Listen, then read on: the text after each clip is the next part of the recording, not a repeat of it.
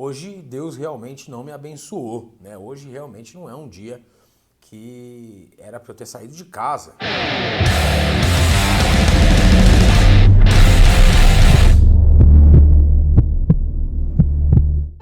Fala, Guerreiro Ninja, tudo bem? Eu sou o Stosh Causo e hoje eu tô aqui para falar sobre dar o seu melhor, independente das condições que você tem.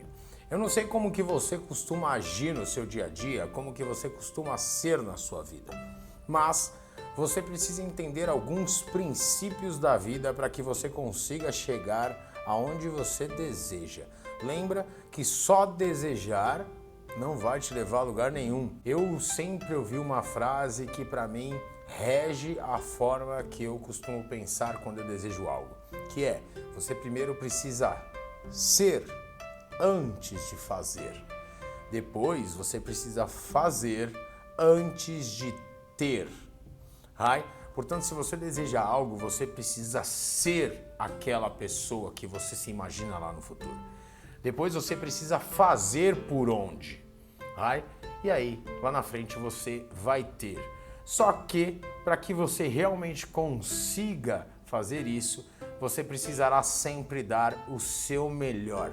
Eu não sei como é que você costuma agir, se você realmente, todas as vezes que você vai executar alguma tarefa, você dá o seu melhor. É óbvio que eu não estou dizendo que quando você vai lavar a sua louça, você precisa lavar a louça como se fosse a última vez na vida que você vai lavar. Não é bem isso, tá? Mas em situações sérias, no seu trabalho, na sua faculdade, na sua escola, como que você costuma agir? Quando tem uma prova, você realmente estuda para tirar a melhor nota?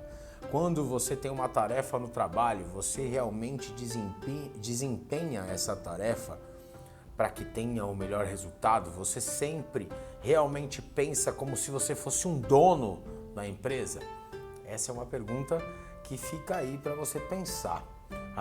E claro, se você é uma pessoa que costuma dar o seu melhor, você já está acostumado a fazer isso nas condições que você tem. Eu sempre escuto do Mário Sérgio Cortella de que você deve fazer o seu melhor nas condições que você tem, até que você tenha melhores condições para poder assim fazer melhor ainda.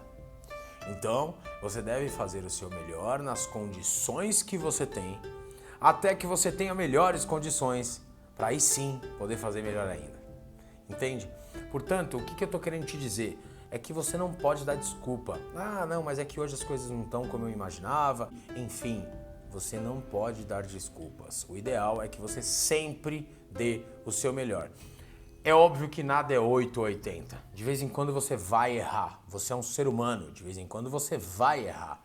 Porém, é claro de que se você tiver isso como um princípio na sua vida, na grande maioria das vezes, você vai dar o seu melhor. E eu quero te contar então uma história de um padre que sempre dava a missa de domingo e essa missa sempre era lotada. Aí um dia, um certo domingo, chegou o horário da missa e ainda não tinha ninguém na missa. Esse padre ficou assustado, ele achou estranho que não tinha ninguém, aguardou um pouco, uns 5 minutos, chegou um casal. Esse casal estava com a feição bem fechada, né? Eles estavam parecendo não muito felizes, mas eles sentaram ali e o padre pensou: bom, acho que vou começar. Logo em seguida, chegou um outro homem lá no fundo, sentou lá no fundo da igreja e ele estava todo sujo, né, maltrapilho e com uma corda na mão. Bom, esse padre disse: vou iniciar essa missa, né? Aí o padre iniciou a missa. Durante esse processo dele dar a missa, chegaram mais 2 homens e sentaram lá no fundo, lá no canto. Tudo bem. E continuou dando a missa dele. No fim da missa, ele deu essa missa para essas apenas 4 pessoas, né? E saiu todo chateado, né? Ele pensava: poxa, por que a minha missa estava tão vazia? E aí ele estava indo embora para casa dele com a pasta dele e foi assaltado por 2 homens. Esses 2 homens bateram bastante nele, levaram todas as coisas dele, inclusive a pasta que ele tinha.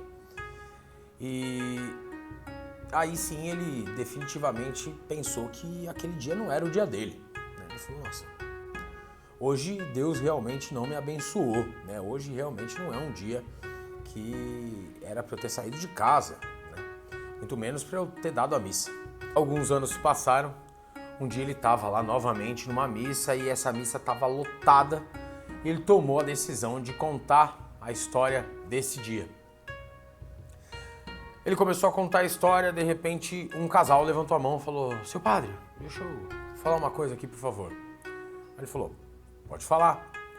Aí eles disseram assim, olha, nós éramos o casal que estávamos nesse dia, nessa missa, que estava vazia.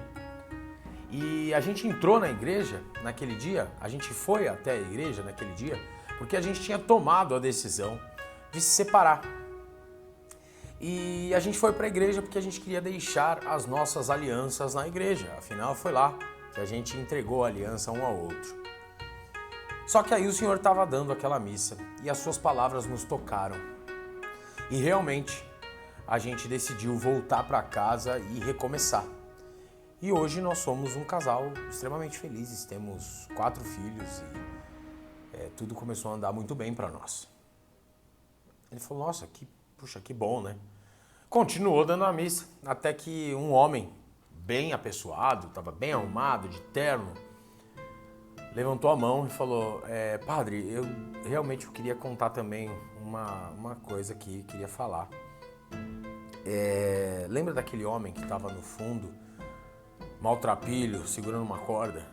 Pois é, esse homem era eu. Nesse dia estava decidido a me matar. Eu tinha tentado me enforcar e a corda se rompeu.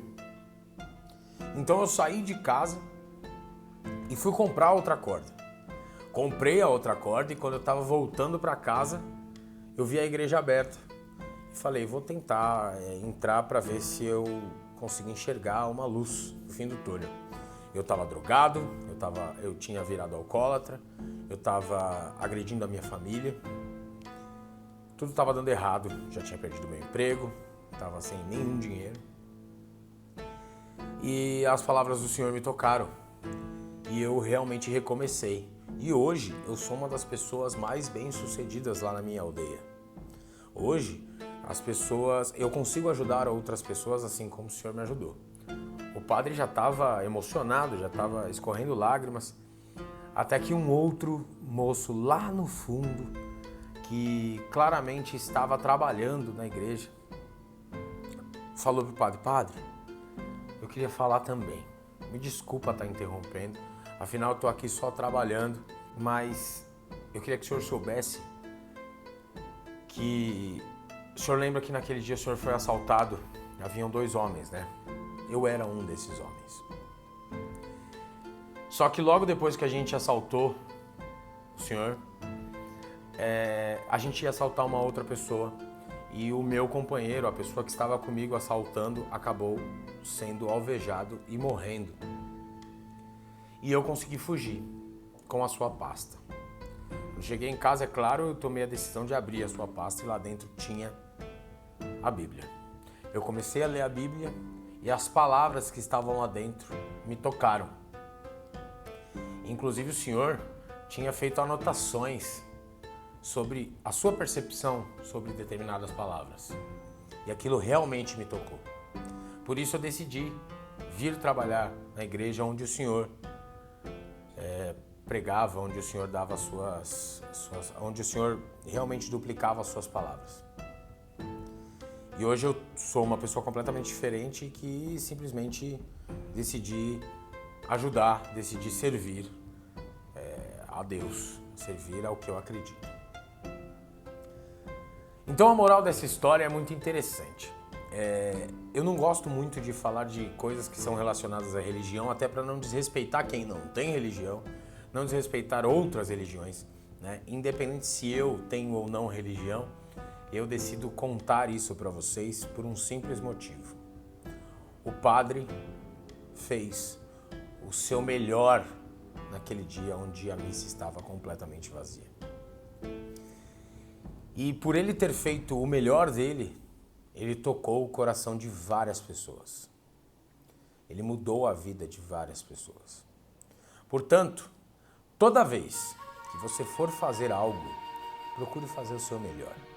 Porque por mais que pareça que seja apenas mais uma aula, por mais que pareça que seja apenas mais um show, por mais que pareça que seja apenas mais uma missa, por mais que pareça que seja apenas mais um relatório, se você der o seu melhor, pode ser que você mude a vida de alguém. Pode ser que você toque alguém. E isso realmente vai te tornar uma pessoa imortal. Vai fazer com que perdure o seu nome, que perdure o seu legado. Vai? Então, Guerreiro Ninja, para que a gente consiga difundir a nossa ideia do ninjutsu, para que você consiga me ajudar a difundir os princípios de um Guerreiro Ninja, os princípios de um Guerreiro Shinobi, eu queria te pedir para você compartilhar, para você clicar no sininho, se inscrever no canal. Afinal, só temos nós para difundir essa arte maravilhosa, tá? Esse foi o nosso Pensamento Ninja de hoje. Te vejo no próximo vídeo. Nippo!